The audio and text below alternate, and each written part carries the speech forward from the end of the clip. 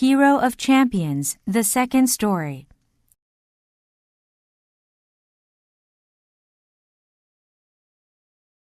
Porya's worry got worse every day.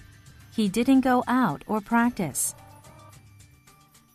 People were surprised to see the strong and cheerful champion turning lethargic.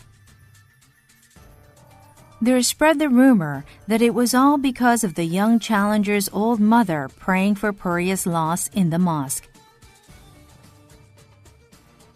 "That old woman has bewitched our hero." "That old woman has bewitched our hero." When he heard the rumor, Porya became even sadder. The day of the match was coming near, but Porya did not practice or leave his home. People were worried and nervous, so they asked him why, but Porya only told him to wait. The young man was right when he said I could not be the champion for the rest of my life. Does that mean I have to let him win on purpose, like his mother prays? But it is not right to let him have the world championship for his mother's sake. That would mean his mother has beaten me, not the young man himself. The young man does not realize this, but he has sent his mother to fight me, which is not right either. Finally, it was the day of the match. Porya went to the mosque to pray before the match and saw the young man's mother in prayer. Porya went up to her and said, Have faith in your son. Your prayer will not help your son. The young man's mother looked at Porya kindly and said, You are the only one in this city who has ever spoken to me. Brave man, I am just praying because I am worried about my son. That is all. Even if your son wins, people will say it is because you have casted a spell on Porya with your prayer. One cannot win a match with prayers alone. If Porya Vali is stronger than your son, but God lets Porya lose because of your prayer, will you think that God has done the right thing? I do not know. If your son loses the match, then you will know that he needs more practice. After saying that, Porya left the mosque. He was determined to fight the young man with all his might. The Prince of Kharazm had tents set up in the largest arena in the city, so that all the citizens could come and watch the match. As Porya entered the arena, the young man's mother finally realized that the man who had talked to her in the mosque was Porya Vali himself.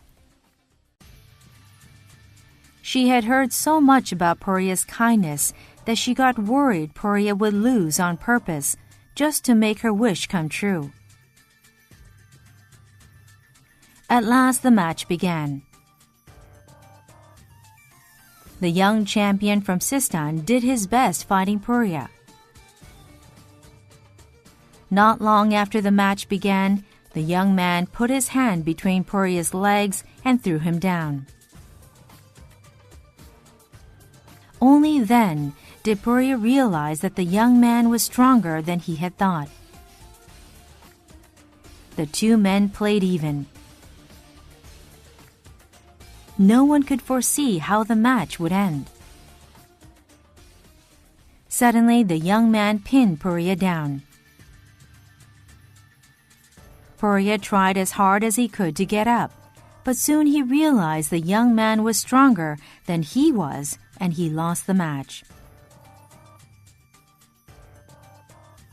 All the people there were too shocked at Porya's defeat to say anything.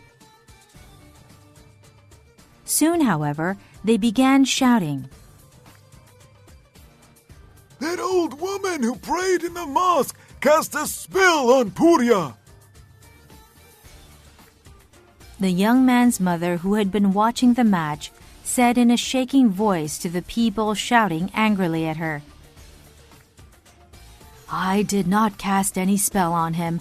I just prayed for my son." Nevertheless, her voice was buried in the loud cries of the crowd. Portia got up slowly. Please, everyone, I have always been honest with you, so trust me now. No one has cast a spell on me. God did not answer her prayer either. This young man has beaten me with his own strength and skills. Now, this young man is the world champion. The citizens of Karzam trusted Portia, who had always been honest. Applauding and cheering, they lifted both the young and old champions up into the air and showered them with flowers. The next day, Portia Vali visited the citizens of Karzam one by one to thank them for their support and kindness. Then he left his hometown without a word and never returned. No one knew why he left or where he went. Nonetheless, his courage and kind-heartedness has become a legend and passed down to date.